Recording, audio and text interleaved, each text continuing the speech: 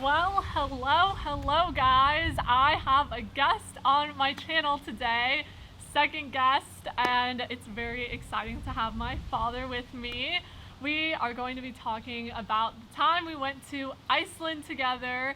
So, very exciting stuff, and we're just going to have a conversation, tell you about all the crazy stuff that we got into. And yeah, you're along for the ride. You're going to hear about the ups and downs, the good, the bad, and the ugly. And so, yep. Oh, and then also, since my dad's never been on camera before, look into the camera lens and not the video screen, as I sometimes do. So that's just like a helpful tip if you ever film videos. So, Dad, do you want to start off with Iceland Adventures 2018? Yes, 3 years ago this month. In fact, it was just mid-May of 2018.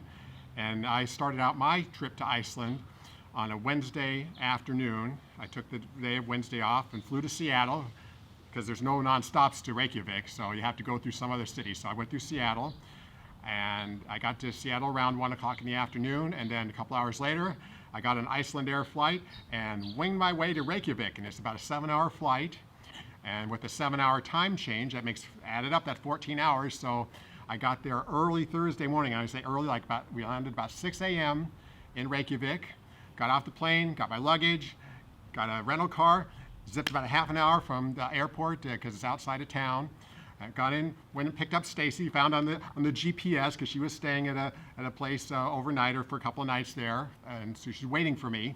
So I got there, found her place, drew up to the car, and we literally hit the ground running, and we started sightseeing right away. Stacy had a whole thing planned out. It was kind of like military maneuvers. In fact, she had it very well organized, very well planned. Like, okay, we got to go to this place, and then we got to go to this place, and and so she had it all detailed out. I say the military would have been happy with her. She had it very well planned, and so we saw a lot of good sights that first day. Saw a waterfall, and saw a lot of other good stuff. And Yeah, so I stayed in a hostel the previous night. I had just finished studying abroad, so I packed up all my stuff from Ireland. I got to Dublin, and then I kept my suitcase there at the airport, hopped on a flight to Reykjavik, as he said. I stayed in a hostel that night and just kind of walked around town.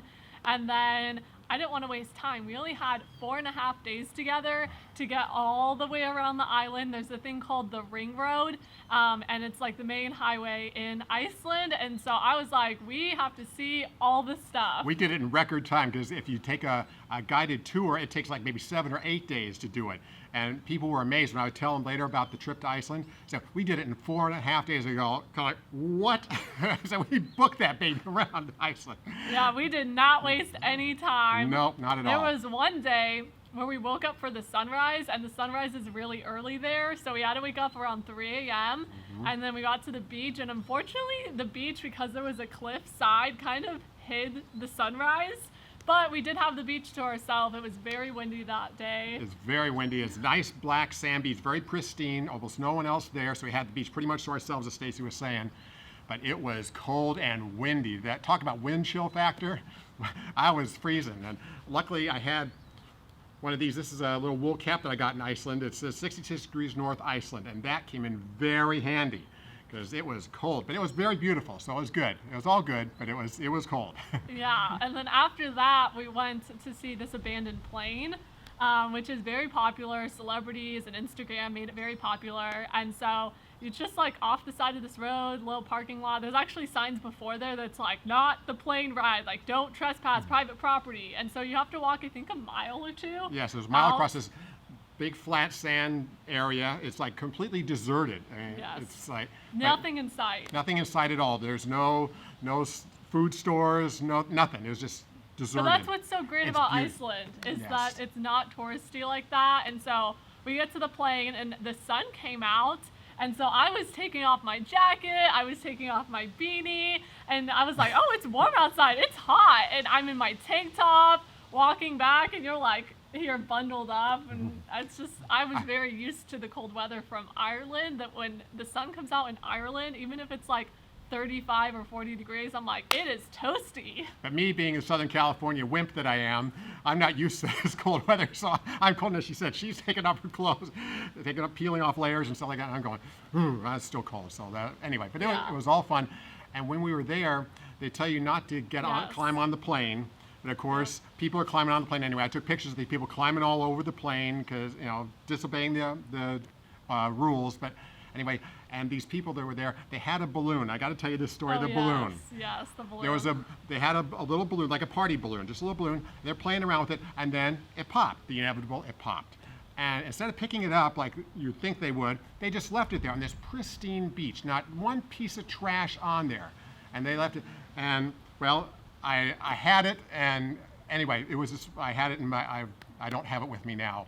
But anyway, I picked it up because I couldn't stand to see that piece of trash on the beach. Yeah. And I brought it all the way home, and unfortunately, it's up in my room, but trust me, I brought it all the way home, and it's a pride souvenir from Iceland. Oh, wow, yeah. And so that was a crazy day. We did a lot that day. We, like I said, we got up at sunrise, and then we stayed all the way until sunset, which is around midnight, literally like 12 a.m. And we ended the day at this beautiful lagoon. Do you remember the ice lagoon and the Yes. sunset? That was really great. It was about 10 o'clock, about 9:30 or 10 at night, and it was still daylight. Yes, which is just crazy for the mind. One thing though that day I do remember is your feet were hurting you because we just got you new shoes from REI. I didn't go with him, and I didn't work at REI at this time, but they were not great. They were hurting his ankles, and he was just not having it, and it actually made me really frustrated because I was like, they did not give you the right shoes. Like, these have no ankle support. Yes, it was not fun, but anyway, that was just a minor issue. I mean, it was a great time, yes, and that ice lagoon was really neat. As I say, it was late, it was 10 o'clock when you expect it to be dark, and people were still out sightseeing, like it was, perfectly fine. We were taking pictures, having a great time. Yeah, and so that was our longest day and the best weather, because the next day it was pretty rainy, and this is when things pick up. So we kind of skipped the first day, which is right when he picked me up, and we did see some stuff like waterfalls and whatnot. Second day was what we just told you, jam-packed, great weather, sunny, all that great stuff. And then the next day it was rainy, and we had a lot of driving to do that day because we had to get to our next hotel or bed and breakfast, whatever you want to call it. And this is the fated day. So there's multiple roads that we were going to take, and we could have stayed on the ring road, but I wanted to try to go on a shortcut way through these mountains and maybe see some pretty cool stuff, because I think there was something I might have wanted to see. And it's, the weather's starting to not look so great, and we're going up this mountain road, and the roads in Iceland are very narrow. Yes. Even the ring road is only one way each, and there's basically nothing on the side. Yeah, there's no shoulder, so if you get in trouble, you're in trouble. Which we'll get to in a second. Yes. So we were debating on the mountain road, like, should we turn around or should we not? And then we decided, yeah, the weather's getting pretty bad, we should turn around, which thank goodness that we decided to do that, because when our tire popped, we were on the main road. We were back on the main road, thank goodness. We weren't up in the mountains where it was snowing, getting kind of dicey weather. So, yeah, yes, and so we had to kind of pull up to the side, and it was raining, and it was hard for us to try to change the tire by ourselves. And so luckily, a woman from Germany stopped and helped us, and she was a mechanic, and so she honestly saved the day. Yes, she was very helpful. She did save the day, and then once we got the tire changed, we went and traded the car. We got a new rental vehicle. Yes, but we didn't want to stop. Remember, because we had our spare tire and we just wanted to get to the rental place, so we were going through these beautiful villages by the water with these mountains with snow, and it looked like basically a fairy tale. It looked like a storybook. Yeah. And I'm just marvelous, but it's like, hey, we can't stop. I know, and she's taking pictures out the window going crazy, taking all the pictures. I'm sitting here driving. I've got to keep my eyes on the road because, as she said, those roads are narrow. You deviate a little bit and you're going to be in a ditch, you're off somewhere else. So you have to keep your eyes on the road. But I kind of see peripheral vision. I go, yeah, it really looks beautiful, but take the pictures, Stacy. I'll see him later. But she was just having a field day. Yeah, it was gorgeous. And so we switched cars, and then this is on the same day we went to this hot springs place. It wasn't the famous Blue Lagoon, which is down by Reykjavik, but there's another place up in the northern part of Iceland that has similar stuff. And so it was super windy, not quite as windy as the next day, but it was starting to get windy. And so we still wanted to do it though. There weren't that many people there because of the wind, but we went. And then when we were getting out, after like having our fun in the hot springs, taking our pictures, trying not to get super like freezing cold by the winds. And going from the dressing room just to the hot Yeah, springs. you have to like amp yourself up. Because as she said, it was windy and cold. So you had to book it, and without falling down, you had to book it in to get into the water so you get warm again. Yeah, that's true. And then afterwards, what happened? Well, yes. Well, here's the deal. In the dressing room, of course, you're changing your clothes, you're getting into your swim trunks, and I took off my ring, my wedding ring, because I didn't want it to like slip off in the hot water. That's all I need is for it to lose it, and all of a sudden find my rings off my finger, because with the water sometimes it can just slip right off the finger. So I'm going to be smart. I'm going to take my ring off, put it in the locker room with my clothes and all kind of stuff. Go back and get changed, and all of a sudden we're out in the car and we're ready to leave, and I look at my hand. Oh no, my ring! So we went back. I looked in. Anyway, long story short, couldn't find it in the locker room. Looked in the lockers, couldn't find it. Told the people there, explained my situation. Anyway, couldn't find it. So I go, oh great, I lost my wedding ring. I was so bummed. So we get to the place where we're going to stay for the night. Which actually is kind of funny because it's like 1 a.m. almost when we get there, because the sun sets around midnight, so it's dusk, so it's not pitch black yet. And we're also at the northern part of Iceland, but yeah, we just like went into a mailbox and got the keys or something, and then found our place, and it was kind of weird. It was like, are we in the right spot? But It was a anywho. really cool place. Yeah, I like that place. And so, of course, with the time change, it was like 1 a.m. for us, but it was like maybe, I don't know, like 6 o'clock back here in Southern California. So I figured, well, I gotta call my wife and tell her, oh, I lost the wedding ring. I was so bummed. I thought she's gonna be so upset. Oh, you lost your wedding ring. I thought she was gonna be upset. And Stacy, oh, she's not gonna be that upset. And Stacy's trying to calm me down and all this kind of stuff. Don't worry about it. Stacy's being all casual about it. I think, this is a wedding ring. This is like, anyway. So I was all worried and uptight about all this kind of stuff. And I tell her, and she goes, oh, okay, well, all right, well, we'll get you another one when you get home or something like that. She's like, Stacy's over there cracking up. I was laughing. She was crashing. She was having the best time. I was like, I told you. I told you, And so, anyway, so that was kind of funny. It was kind of funny. I mean, at the time I was worried, but yeah, it was kind of funny in retrospect. That Yeah. I was all uptight about it. This is my wedding ring, and then she's like, oh, don't worry about it, Dad. No big deal. And I go, Yeah. And we also didn't get much sleep on this trip. We went out maybe like 5 or 6 hours because, again, like I am trying to fit as much in as possible. oh man, yes. And so I think that was one of the days where we slept in, but we had wind the next day, 40-mile-per-hour wind. They were telling people you probably shouldn't be driving, but I'm like, we're not gonna drive. It will be fine. And I want to we not want to, but we have to get to our next hotel. Like, we have a lot of ground to cover. And so we got on the road, and you can kind of feel it in the car a little bit, the wind. And then we went to this waterfall. The waterfall. Yeah, and we just- were sitting down. And even opening the door, Yes. the wind was so, I mean, it was like pushing against the door. And if you didn't hold the door, it would, bam, it'd slam shut because the wind was just blowing so hard. And we get out, we finally get out, and we're like We're walking locked arms. locked arms, and we're like going against the wind, going up this pathway to view the falls. And like I say, it's like pushing against us, and we're like, this is really hard stuff. And then we get up to the top, it was like so windy, and you could hear it, and it was like, I took a video, but I had to hold the camera, and it was shaking while I was holding it. I watched the video now, and it's like you could hear the wind blowing like this. It's like I couldn't. Anyway, it was very windy, but it was again very beautiful. But yeah. Yeah, very, very windy, and we had to sit down because, we didn't want to get blown over. You couldn't stand up. You had to hunch down. Yeah, you had to sit down and kind of crawl your way, peek over, and be like, okay, I saw it. That's enough. Yeah. Yeah. Back to the car. Yeah, and so that was pretty crazy. I've never been in that experience. And what's ironic is that a guy on the side of the road, his tire popped, and so we tried to help him, but he didn't have a spare. He didn't have a spare, and so it was Yeah. kind of hard. But we felt like somebody We had helped us to. the day before, and so we see this guy, and so yeah, we'll pull over. We tried to help him, but His car was also really dirty. Oh, and it was in pretty bad shape. I mean, it was like a rent-a-wreck. It looked like really beat up, and it looked like been hit a few times and been in a few accidents.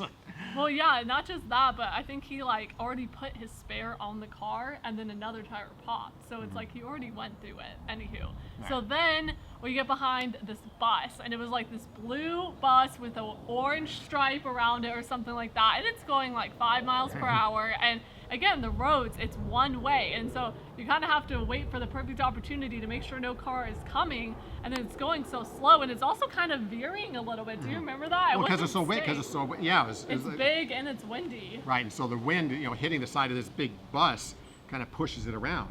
So yeah, yes. And so it took us a really long time to get around this bus. And then what's ironic is later that day at a different part of Iceland, we see the bus again. I mean, I'm like, it has to be the same bus because it is so distinct. It doesn't look like any other bus. I was like, how are we behind this same bus again? You can't get away from this bus. What's the deal? Yeah, and so that was pretty funny. And then we spent the night in a place, and then the next morning, well, it snowed that day, remember? It snowed a little, and then that night it snowed a lot. And so the next day, do you remember that mountain that had all the snow, and then we like took lots of pictures? Yep. So that was really pretty. It's a famous mountain. And this was our last day, so we woke up I think at 6 a.m. or something. We were up at like 4. Oh, we were up at 4 that day? Okay. Yes, I remember because I took a picture out our window. It was like 4 a.m. and it was just beginning to get light. That's so right, it was how 4 a.m. Yeah, it was 4 a.m. because we had a full day ahead because Stacy had planned to go to some horseback riding at some stables, and so I was going to drop her off and then catch my flight back to the States. That's so right. yeah, so we had a lot to do, a lot of ground to cover before, so we had to get up really early. That's true. I think I forgot because it was cloudy, so we didn't see the sunrise, Yeah. but we were up for the sunrise. And then the sun did come out a little bit later, and I think it was weird because we had done so much. I'm like, it's only 6 a.m. and we've like covered so much ground. We saw a lighthouse. Yeah, we saw some waterfalls first, then we saw a lighthouse, and yes, we saw a lot of stuff. Yeah, and then that was the end of our trip. It was a whirlwind. He dropped me off to go horseback riding, which was Icelandic horses, and they have a weird like trot. Honestly, it wasn't that fun for me because it was just like a normal trail ride. I mean, it was cool for the experience because I now can say that I have ridden the horses, but normal trail rides for me are not that fun because you're just like walking most of the time. But yeah, so he has, I think, one more story that he wants to tell, and then I have another story to tell as well, but... Okay, well, just before we dropped her off at the stables, we stopped at some convenience store, pick up some lunch and some snacks for later and so forth. And so we got that, and I bought us a prepackaged sandwich that I didn't eat at lunchtime, but I was going to save it. I had in mind to save for the flight from Reykjavik to Seattle, since it's a 7-hour flight. So I thought, I'll just save this and munch on it on the flight. So I put it in the backpack, kind of forgot about it. And so then I dropped her off, as she said, and then I went to the airport, checked in and all that kind of stuff. And one thing kind of funny at the airport, when I was checking in my bag, I said, so I don't have to reclaim this in Seattle. I said, oh, no, you won't see this until you get to Los Angeles. I said, oh, great, so that's one thing, less thing I have to do. Wrong. Anyway, I had to reclaim it in Seattle, so I had to go through all that stuff too. But the thing was that when you're coming back into the States, of course, you have to fill out this form declaring whether you have any food, any stuff that you're bringing back into the States. And I filled this like agricultural form. So I filled it out, and I didn't think that I was thinking like raw fruit and vegetables and all that kind of stuff. I wasn't thinking of a prepackaged sandwich that would fit in this category. So I said nothing. I wasn't declaring anything. So I'm going through customs in Seattle, and she sees the sound I had in the bag. It couldn't have been more obvious. She goes, kind of like, what's in the bag, sir? And I kind of pull it out, and I show her the sandwich. She goes, and very stern voice, and of course these customs people have no sense of humor at all. So she goes, a sandwich is food, sir. Very stern voice. I kind of go, yeah, I guess you're right. Oops. So she let me keep it, though. She didn't like confiscate it, so she saw what it was. But I had to go through agricultural inspection. And at first I had to go by this other security that had a dog, I guess a sandwich sniffing dog. It's a bomb sniffing dog, but I guess it's also for sandwiches too. So I had to go through 2 different security people. Then I had to have it scanned through an agricultural security thing. So I had to go through all that. It's kind of funny. I mean, it's funny now, but at the time, I'm kind of, oh, you got to be kidding me for a sandwich. And yeah. So, but it was a great time. I had a great trip from start to finish. Yeah, I have one more story about an airport. So I'm going to leave, but the next day, and I'm going back to Ireland for like a day or two. I think just one day to have my last hurrah in Dublin. But I gone this whole time studying abroad without losing my phone. Solo traveling everywhere, I'm doing it all. And I set my phone on the counter as I'm about to, get my ticket and stuff. And then I go through security, and then I, check my jacket after I go through security, put it back on. And I'm like, I don't have my phone. I was like, oh my gosh, I lost it. Like, it's back at the ticketing counter or something. So I have to leave my bags with the TSA people, or whatever you call them in Iceland. And then I had to exit the airport, go back around to the ticketing. Luckily, Iceland people are nice and no one stole my phone. And so the flight attendant or whoever was helping out was like, oh, is this your phone? And I was like, yes, it is. Thank you so much. And so I went back through security and everything like that, got my bag, and I was like, oh my goodness, thank goodness, because I'm traveling by myself and I'm about to come home. Like, I need my phone. It's my one sustenance. And I had all my pictures on it and everything. So yeah, that was my one time where I literally almost lost my phone. Someone could have easily taken it, and luckily they let me exit the airport, and because I already went through security, so I was like, are they gonna let me leave and re-come in? But they did, so that was great. And that was our adventures in Iceland. It was a whirlwind. We saw so many things. I think we did a lot for the amount of time that we had, and it was really fun to just get to adventure, experience all the different parts and the weather. Action-packed, lots of adventures. It was a great time. As I say, some weather was not the best, but hey, it didn't stop us though. Yeah, we just exactly. kept going right through it. And wind, rain, snow. And it's a part of the experience. It's part of the experience, and that's, it's Iceland. Yeah. There's not much there. That's the beauty of it. Exactly. That's you don't want to see a lot of touristy stuff. And as I said, the people were very nice there. Anytime we encountered people, that we had to deal with, they were all very nice. Like I say, the person that helped us change the tire, everybody, the bed and breakfast places, everybody was great.